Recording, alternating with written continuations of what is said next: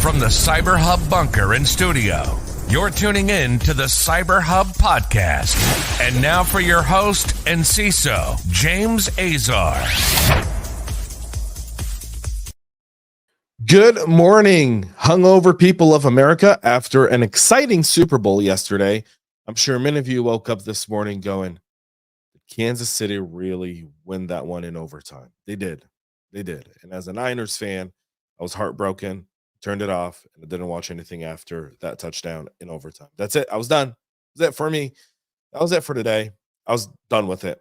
And then I was just like, I need to get ready for the show this morning. So that's what I did. So thank you all for tuning in this morning, Monday, February 12th, 2024. It's great to have you all with us. We've got a packed show today.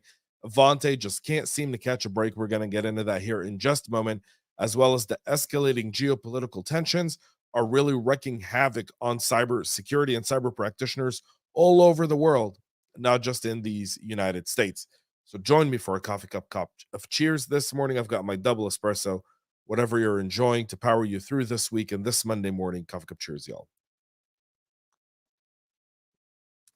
Now, a slight reminder for all the attached individuals that watch the show. Wednesday's Valentine's Day. Don't wait until Wednesday to buy your significant other a gift. Do it today. All right. Check out our Substack for all the latest and greatest. So let's kick off with another exploit for Ivanti. This time, the recently disclosed XML external entity vulnerability impacting Ivanti Enterprise VPN and network access products has commenced, according to multiple researchers, warning over the weekend that the SAML components of the Ivanti Connect Secure, Policy Secure, and ZTA Gateway, ZTA Zero Trust appliances tracked to CVE 2024-22024, CVSS score of 8.3. The issue can be exploited to access certain restricted resources without authentication. These were all patched, but these are being taken advantage of in the wild. There's a lot of attention over at Ivanti products. Obviously, CISA letting all federal agents, disconnect your Ivanti products, don't put it back online. There's a bunch of chatter about this, by the way, on X, where you can catch the podcast as well. Ivanti says customers should apply the patches, regardless of whether they installed the patches released on January 31st or February 1st, to address several other flaws, including the 2 additional 0 days we've seen. Ivanti is not having a good start to 2024. We'll remain to see how they recover from this. Nonetheless, another exploit. Moreover, Fortinet, for their end, are reporting CVE 2024-21762. This is an out-of-bounds write weakness in the FortiOS operating system that can let unauthenticated attackers execute arbitrary code remotely using maliciously crafted HTTP requests. Admins can immediately deploy security updates to patch the vulnerable appliances, but can remove the attack vector by disabling the SSL VPN on the device. CISA announced one day after Fortinet published the advisory saying the flaw could be was potentially being exploited in the wild. The company has yet to share any information regarding that. CISA has added the vulnerability to its KEV catalog, warning that such bugs are frequent attack vectors for malicious cyber actors, posing significant risks to the federal enterprise. Again, Fortinet has had their own little confusion there as well. So there's that for all of us this morning. 18 hospitals in Romania are now offline due to a ransomware attack that took down their healthcare management system. That's the Hippocrate information system used by hospitals to manage medical activity and patient data. It was targeted over the weekend in what is considered to be a ransomware attack. This happened on Sunday night when a massive ransomware cyber attack targeted the production servers running the HIS information system. As a result of the attacks, the system is down, files and databases are encrypted. This is according to the Romanian Ministry of Health. The incident is under investigation. The National Cyber Directorate in Romania is advising against reaching out to affected hospital IT teams so they can focus on restoring services and data. And this is hospitals, by the way, all over Romania. This isn't just in one area. It's in the capital, Bucharest, but also on the coastal city of Constanța as well. as in other places of the country, including Buzau and Slovakia, uh, as well. So it's not just one area; it's essentially all over the country.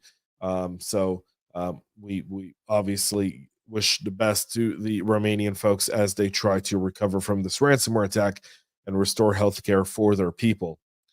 A new Rust-based macOS malware is spreading as a Visual Studio update to provide backdoor access to compromised systems. It's using infrastructure linked to the infamous Black Cat ransomware gang. The campaign delivers the backdoor started in November of last year. It's still underway, distributing new variants of the malware. It's written in Rust, by the way, which is rare because Rust is what there's a big push around secure development, and using Rust as that.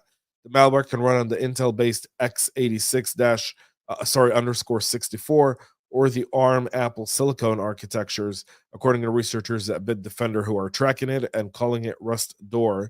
While analyzing RustDoor malware, researchers at Bitdefender discovered the malware communicated with 4 C2 servers.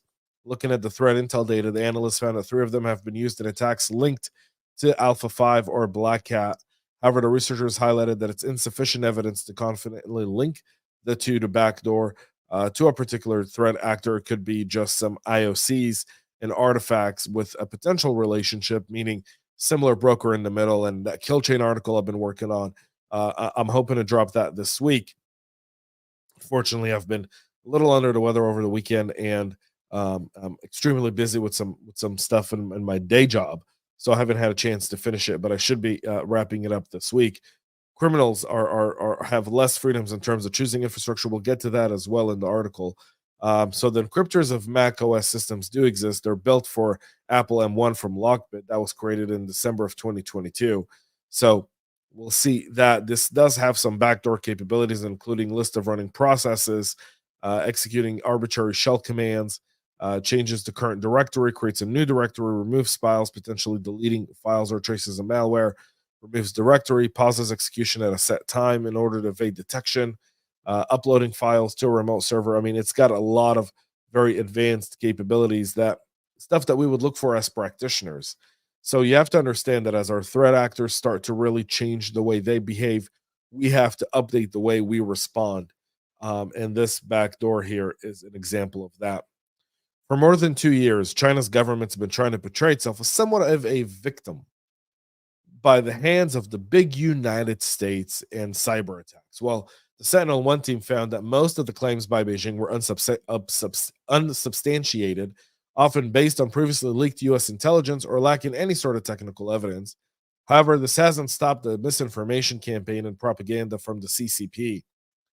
China hopes to change global public opinion on Chinese hacking. They realize that that's why so many countries refrain from trying to do business with China.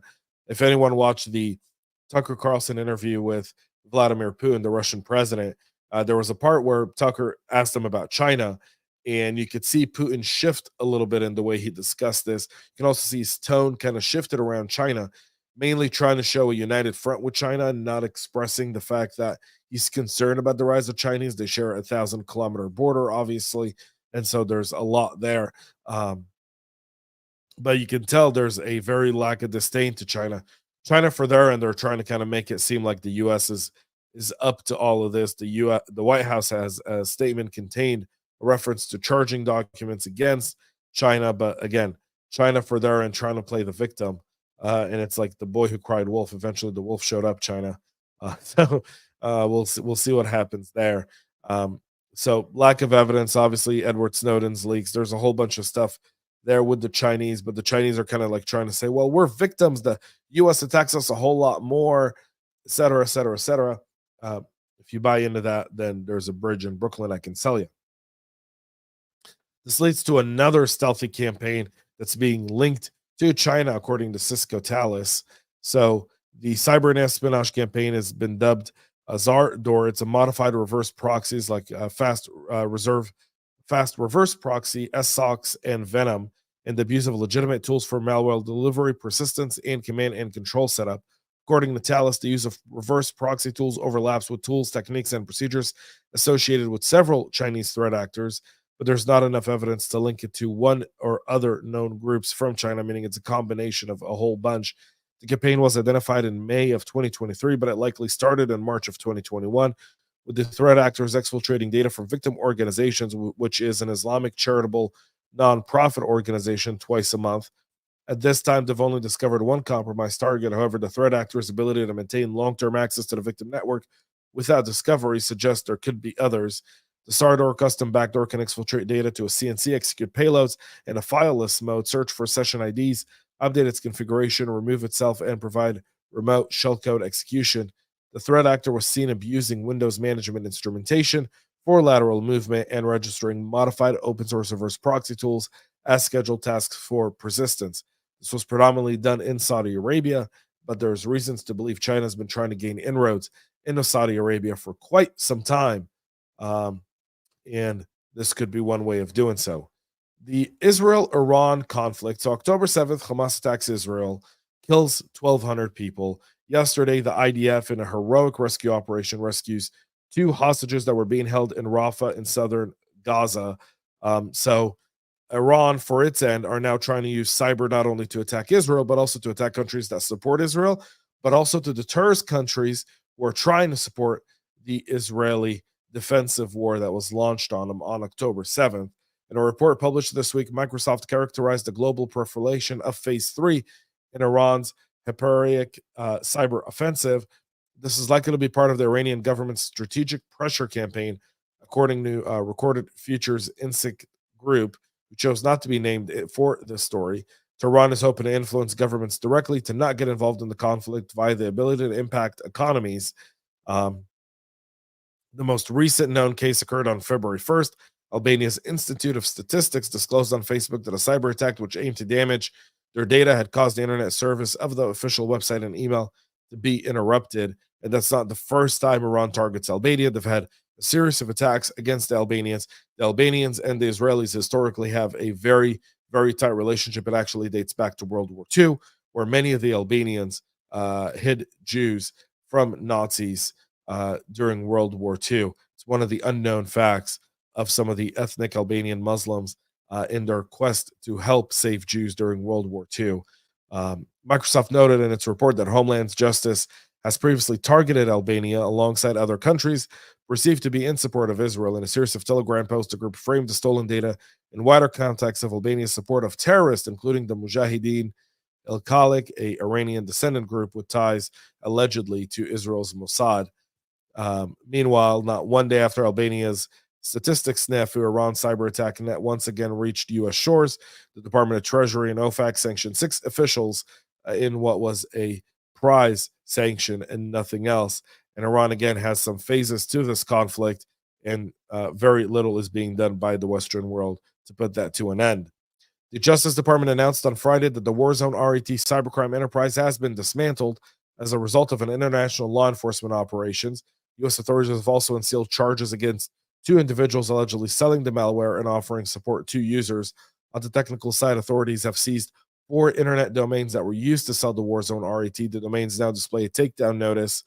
The enforcement involved actions from the US, Canada, Netherlands, Germany, Croatia, Malta, Romania, Finland, Australia, and Nigeria, with support from Europol. So that's all the different areas where this was either being hosted or operated out of. Warzone was a RAT that allowed users to stealthily connect to infected devices and conduct various activities like browsing files, recording keystrokes, taking screenshots, stealing creds, and spying through the computer's camera. It was priced between $16 to $38 per month. The malware is known as the Ave Maria RAT, and it's been spotted in numerous attacks. One of the individuals charged for his role is 27-year-old Danielle Melli of Malta. He's been charged with causing unauthorized damage to protected computers, illegally selling and advertising an electronic interception device, and participating in conspiracy to commit computer intrusion. The second suspect is 31-year-old Prince Uniyazeri Odikinachi of Nigeria. He's been charged with obtaining authorized access to protected computers to obtain information, causing unauthorized damage to those. So both those are now behind bars. That's it for our show this morning. We'll be back tomorrow with a whole lot more as we get into this week. Again, Valentine's Day on Wednesday. Don't forget to get your significant other a nice appreciative gift. You don't have to go crazy, but a nice love letter always gets the trick done. Until tomorrow, have a great rest of your day. Have a great week. And most importantly, y'all, stay cyber safe. We love feedback, so make sure to connect with us on social media.